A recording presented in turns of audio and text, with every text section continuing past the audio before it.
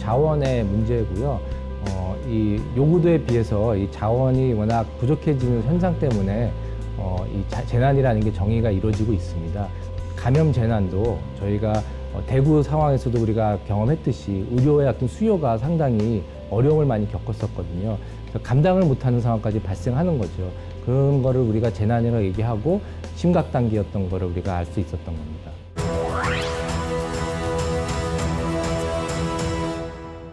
보통은 이제 환자의 인원 수라든지 아니면 갖고 있는 자원의 어떤 수준에 따라서 그 분류법을 기준을 잡고 있는데요.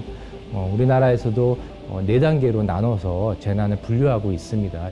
관심, 주의, 경계, 심각 이렇게 나누고 있는데요. 감염 같은 경우입니다. 그러니까 관심 같은 경우 이제 해외에 발생을 해서 저희가 좀 준비를 하고 관심을 갖고 있어야 된다는 그런 의미고요. 주의는 국내에 이제 발생을 한 사례입니다. 그래서 이제 거기에 맞춰서 대응을 하도록 되어 있고, 그다음에 경계가 되면은 이제 좀 확산되기 시작한 부분을 경계라고 얘기하고 있고, 심각은 이게 이제 전국적으로 전 세계적으로 퍼졌을 때를 심각 단계로 얘기하고 있습니다. 코로나19 상황에서도 4단계로 지금 나눠진 그런 감염 재난 분류법을 이용해서 마지막 단계 심각 단계까지 저희가 지금 와 있는 상태로 지금 되어 있습니다.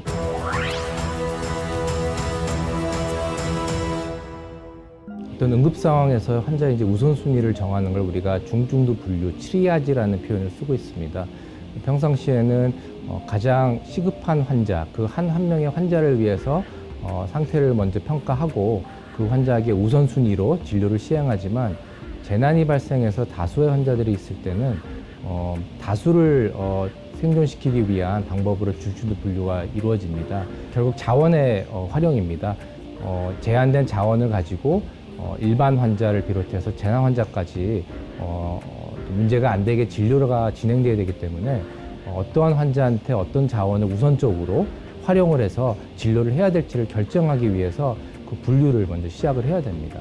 인력, 공간, 그다음에 의료 물품, 장비 등의 한정된 자원을 가지고 환자 진료를 해야 되기 때문에 그런 자원 활용을 어떻게 해야 될지에 대한 그런 준비, 그리고 그거에 대한 배분, 활용, 또 추가적인 공급, 이런 부분들을 잘 체계적으로 갖춘 것이 재난 대응이라고 볼 수 있습니다.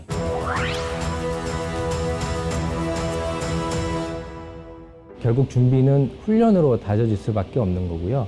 일단 중요한 거는 그 기관의 리더십이 언제든지 재난이 발생할 수 있다는 걸 생각을 가지고 항상 이 훈련을 정기적으로 하는 게 중요하고요.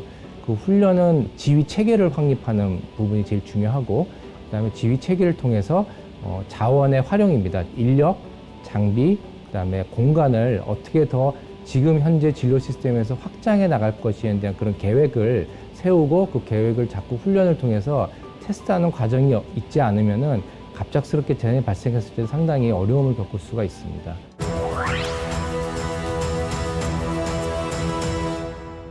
장기화가 되다 보니까 결국 중요한 거는 그 의료진을 포함해서 그 종사자들의 이제 심신이 지치지 않도록 하는 게 중요합니다. 그래서 어떻게 하면은 이 정신 또 심리학적으로 과부하라든지 이런 스트레스를 풀면서 이 일을 해 나갈 수 있을지, 그런 어떤 심리적인 부분까지도 같이 고려해서 준비를 해야 될 것 같고요.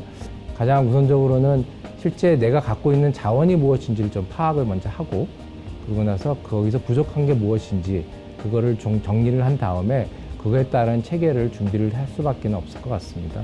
이전에 여러 가지 재난 상황도 다 잘 겪어냈고, 저희가 다 같이 이런 형태로, 이런 글로벌 형태이기 때문에 다 같이 갖고 있던 리소스와 이런 지적 자원을 서로 공유하면서 함께 해나가면 반드시 이겨낼 수 있을 것 같고요. 용기를 잃지 않고 잘 해나갔으면 좋겠습니다.